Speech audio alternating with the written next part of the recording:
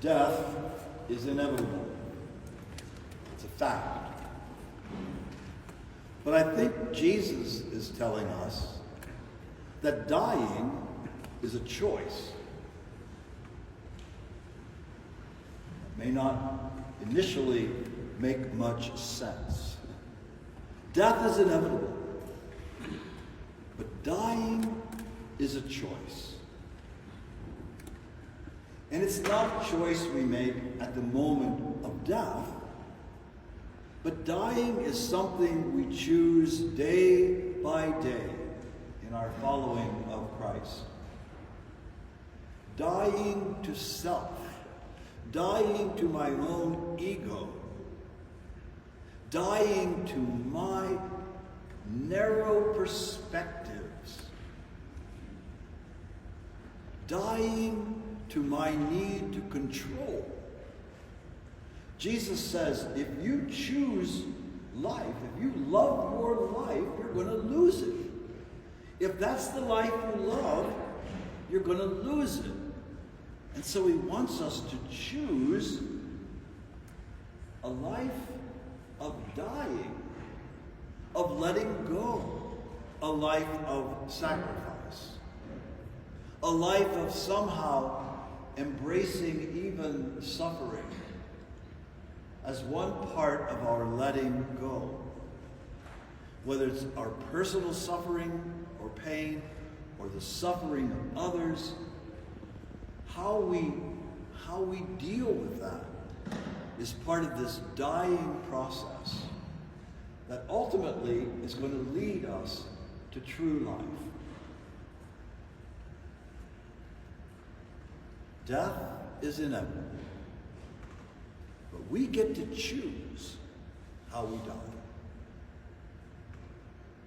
Every day, choosing to live for others and not just for myself, a form of dying. My views that I hold deeply, sometimes I may need to let go of that and to hear you.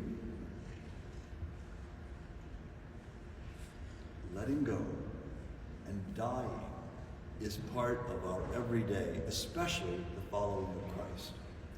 That prayer that's been attributed to St. Francis of Assisi, that peace prayer, ends with, it is in dying that we're born to eternal life. It didn't say it's in our death that we're born to eternal life. It's in our dying that we are born to eternal life. We're certainly involved in a mystery here and even a paradox. How can death be life and all that? But Jesus teaching us a way of living that is a way of dying, so that we are going to live a real and true life. Not just life after we die, but even now. I think we know you've experienced those times that you were letting go, those times you were sacrificing, the time you made room for others, when you would rather be doing something for yourself.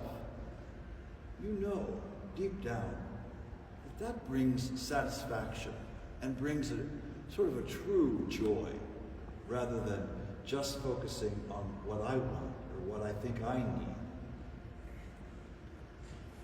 Death is inevitable. Dying is how we choose to live. Dying is that process, day by day, of choosing not my own life, but choosing God and choosing to live for others. Even the synodal conversation that some of us are going to engage in after Mass today, can be a form of dying. Because what's really asked of you is to listen. You're asked to listen more than to speak. For some of us, that's a real dying. Maybe for all of us, really. we'd rather be speaking, we'd rather be saying what we want to say. But much of the process of this synodal dynamic is listening deeply to one another. I think that's a form of dying to myself. Even in the letter to the Hebrews, it says, even Jesus, son though he was, suffered obedience, learned obedience through what he suffered. It is letting go. Even the Son had to let go. And Jesus says in the gospel, it's when I'm raised up that I'm going to draw all people to myself. That in this dying, in this letting go, we might find true life.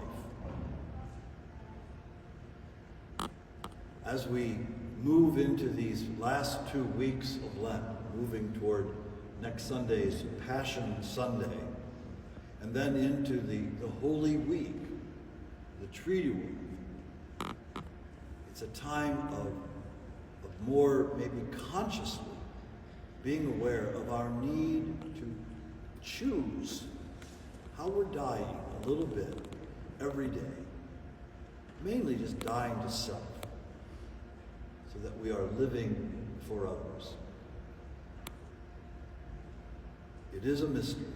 It is a mystery. But I think I know, and I think you know, that often life has been its richest, life has been at its truest when we are not choosing my life, but I'm choosing the life of others, choosing your life, choosing the life of others, and trying to live for them and not just for me.